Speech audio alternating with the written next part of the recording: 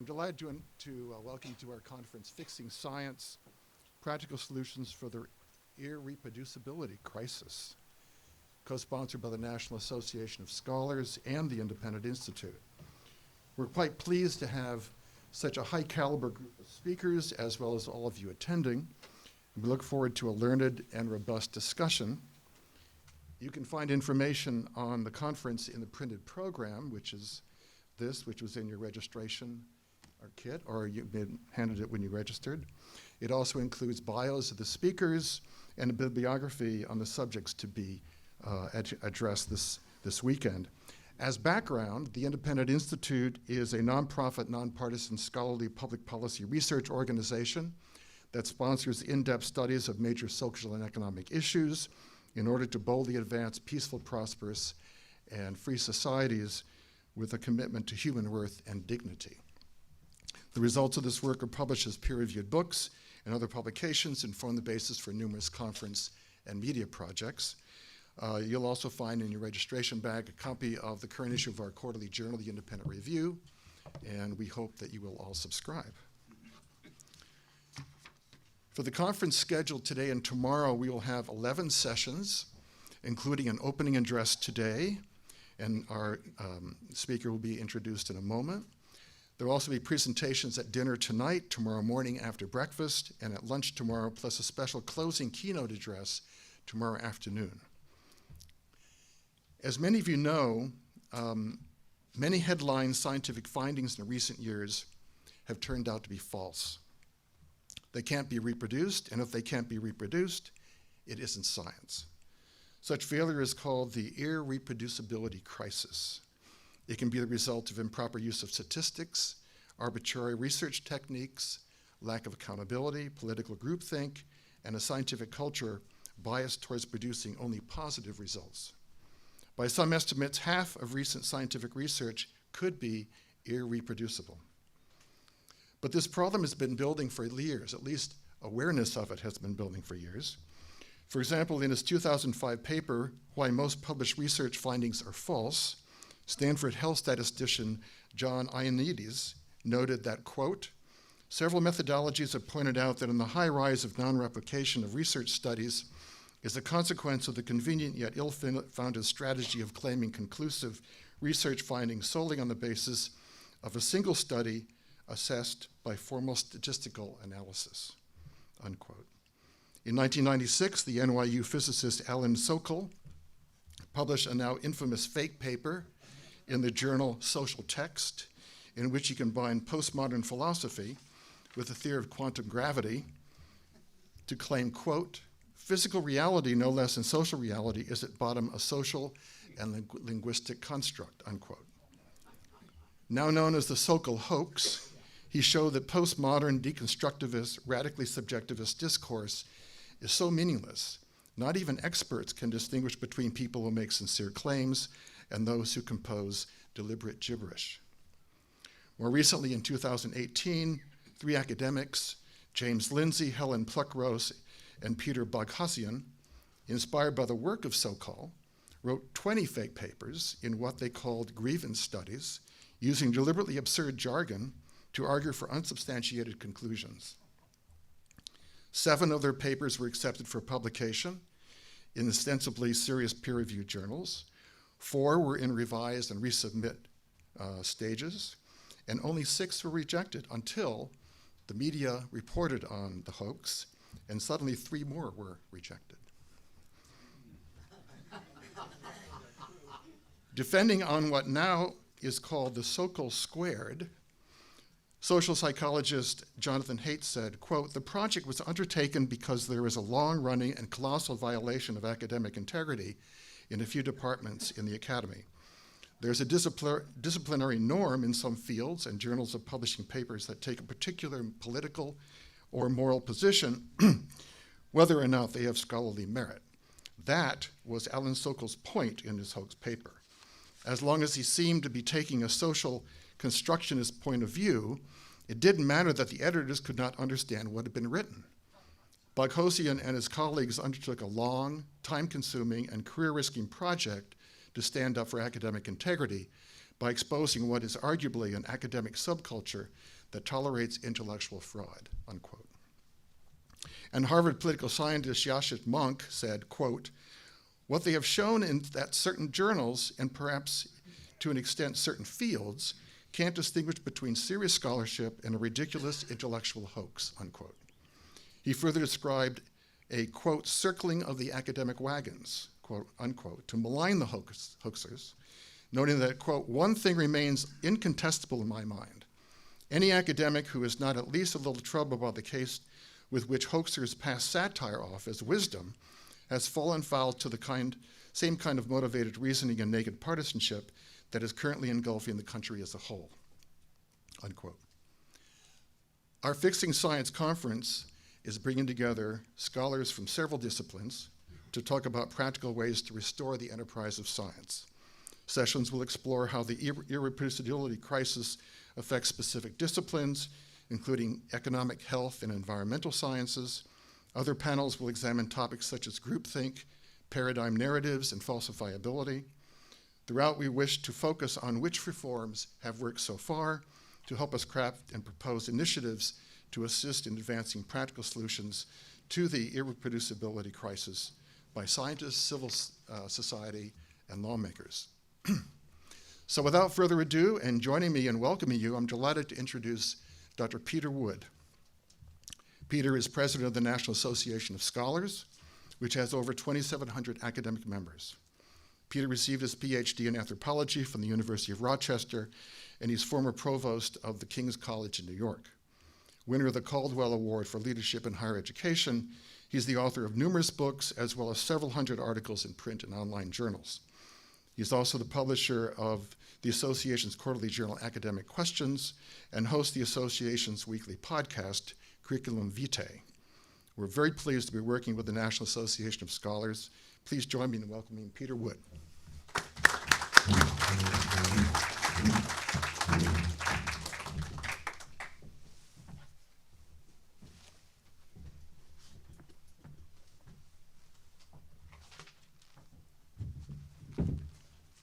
Thank you, David, and thank you, members of the audience. I'm grateful to the Independent Institute for making this event possible and for teaming up with the National Association of Scholars to venture into this perilous territory. I'd also like to thank Graham Walker, the Executive Director of the Independent Institute. Without his help, we would have had a harder time fixing science. But by the end of this program, of course, it will all be fixed. Well, I stand between you and an exciting program, and I'm going to be one of those social bores that will hold you up for at least a few minutes before we get started into the real science. I think the place to begin is with the controversy that brought at least some of you here. That is, a few weeks ago, when our conference didn't have that many registrants to it, and we thought we were just going to be putting on a quiet little event, a Dr. Leonid Teitelman, not sure how to say his name, decided that this was an event that was insufferable and had to be stopped.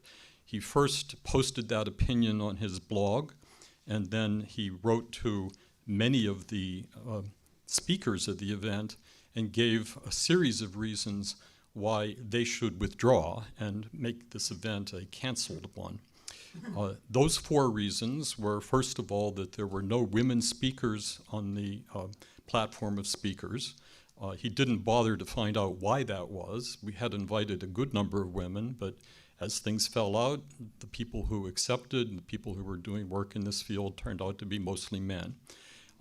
It now happens that we do have a woman on the program, and I'm happy about that. But I'm happy because that's a person who belongs here, not because she's of the right gender.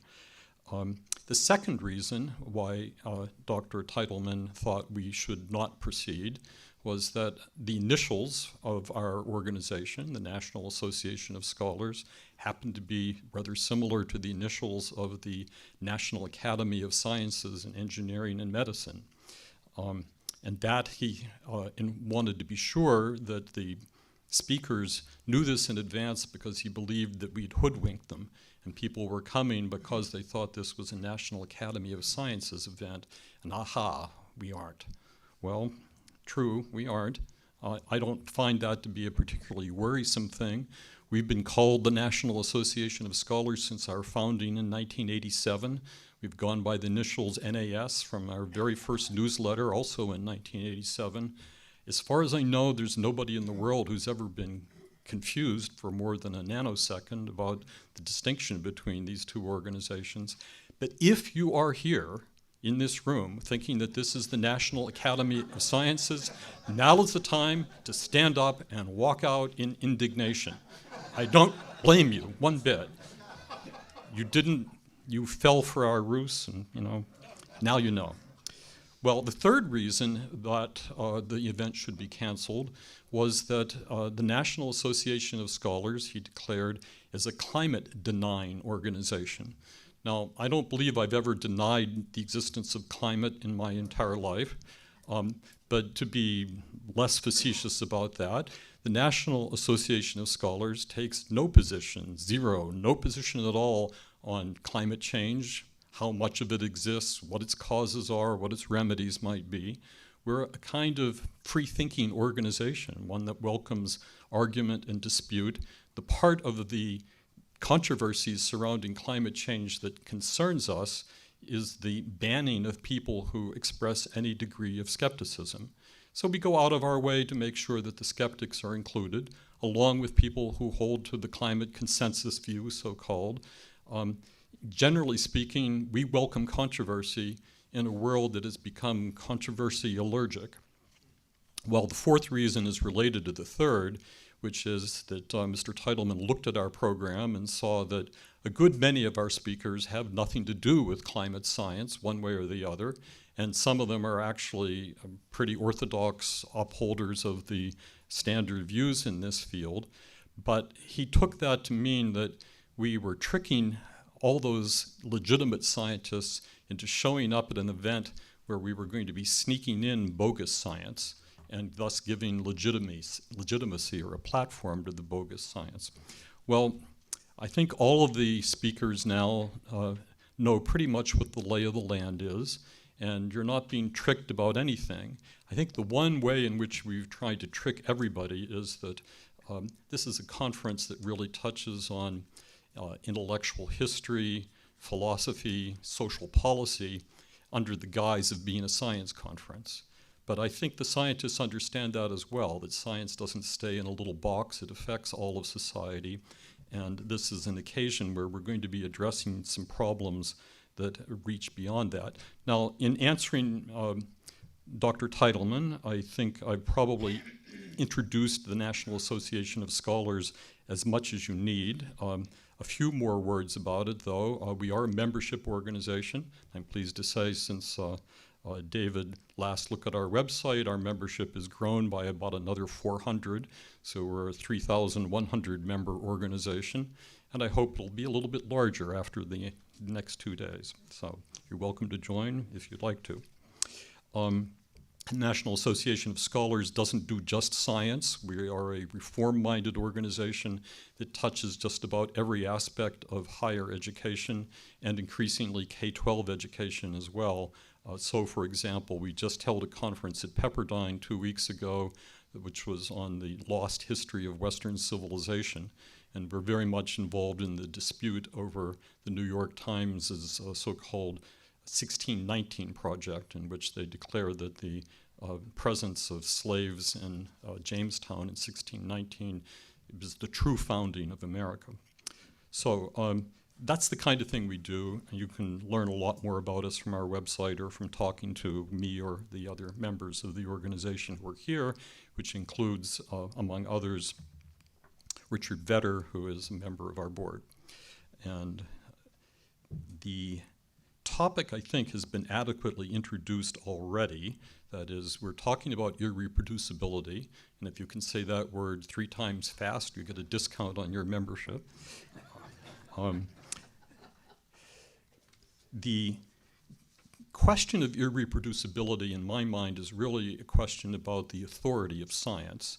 There's nothing more authoritative in our republic than science. everybody makes a claim to the authority of science. Why? Because science is the closest we come to a public understanding of what truth is.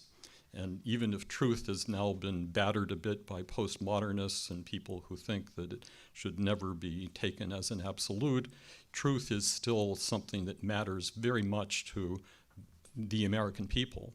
And the way we govern ourselves through a vast regulatory apparatus depends to a great degree on discovering what the truth is. If someone is making a claim about an environmental hazard, we would like that claim to be founded on the best possible science. If someone is making a claim that there is no possibility of a visible light laser, it's a good thing if someone actually invents one and shows that it can be done. So scientific breakthroughs, the advancement of science become something that matters greatly to the innovation of the technology in our society, as well as the way in which we govern ourselves. Now, how in the world do I get to say this as an anthropologist? Anthropology, I would have to say, probably has particular authority when it comes to talking about fraud and non-reproducibility. We've been at it longer than any other science. Dare I mention Margaret Mead? We can invent things so freely because nobody expects to reproduce it. You go off to a jungle and live for 2 years, learn the native language, and come back and say whatever you want. Who's going to gainsay you? It's a wonderful field. And you know, I can't praise it highly enough, but at some point you get kind of thirsty for actually knowing what's there rather than just making up stories about it. So at this point, I'm a kind of ex-anthropologist. But let me put it in good word for it anyway. As anthropology has gone down the postmodern drain, there's a piece of anthropology that connects with human biology that has made astonishing advances. We live in an age now, through the recovery of ancient DNA, when we know more about the deep human past than it was ever imaginable even 20 or 30 years ago. And that aspect of anthropology continues to unfold. So even in a discipline as corrupt as mine, good science can be done.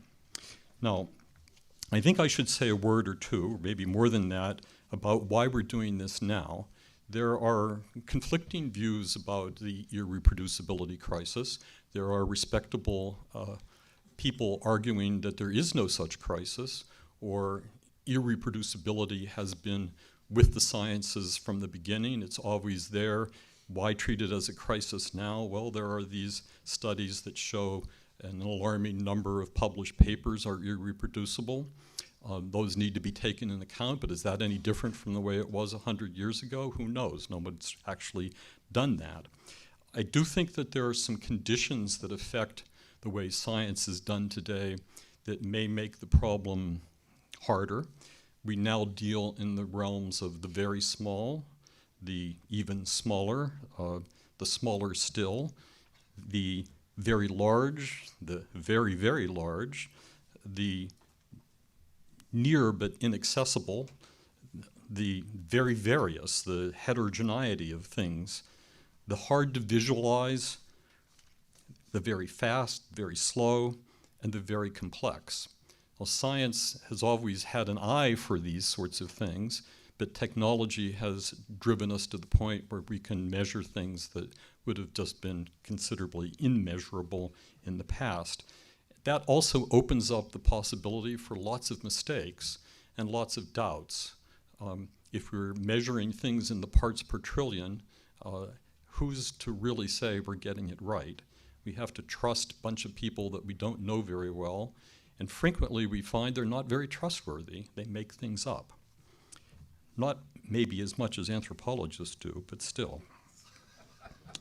Well, that's not to say that science has solved all the interesting problems that exist in the human scale, the ordinary phenomenal world around us. There's still plenty of interesting questions there to be made.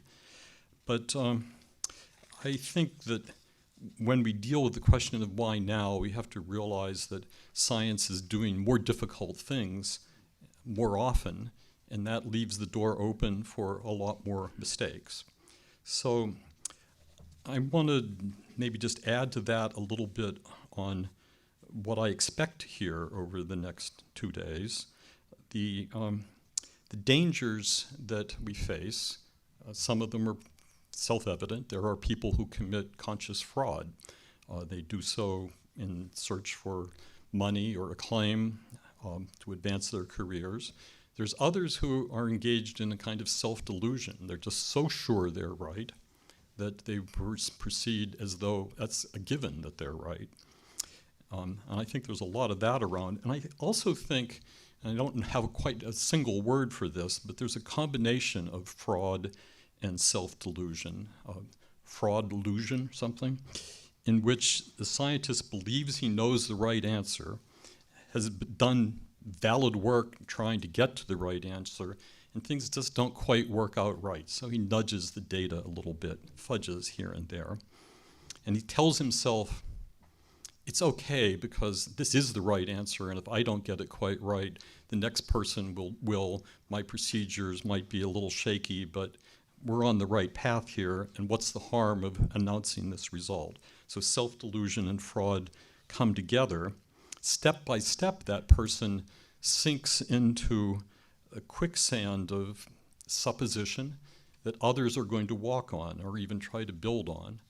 And that's one of the reasons we end up with a version of science that is just not really going to be usable at all. Well, those are sort of questions of intent, the fraud, self-delusion, and the combination of them. There's other things that happen. There's inadvertence of various kinds, the incompetence of a person who doesn't really know how to use statistics very well, maybe engaged in p-hacking and not knowing that it's p-hacking. And then there are just simple mistakes that we all make. Well, at least all you make. I don't make them. The causes of this, we're going to hear a lot about that. The groupthink, the willingness to go along with what your peers are saying. The vanity of not wanting to admit making mistakes. I don't have any of that. Just plain greed. And this desire to advance yourself. What stands in the way? What are the obstacles? Some of them are inertial. There is just the magic orthodoxy of staying with whatever has been written in the textbooks and that you grew up with, and you want to challenge that. That's difficult. But now we face also political orthodoxy, the decision that you can't say that because it's going to give help and aid to bad people. The typical version of this is that it's somehow going to hurt climate science or hurt environmental science to come up with a result that doesn't fit with the current agenda. And there are vested economic interests. I've just been signaled by Chance, who has a wonderful first name, that I'm out of time, and I've held you up long enough from what really lies ahead. So let me hand off to David Randall, who will introduce our first speaker, Nathan Schachman. Thank you.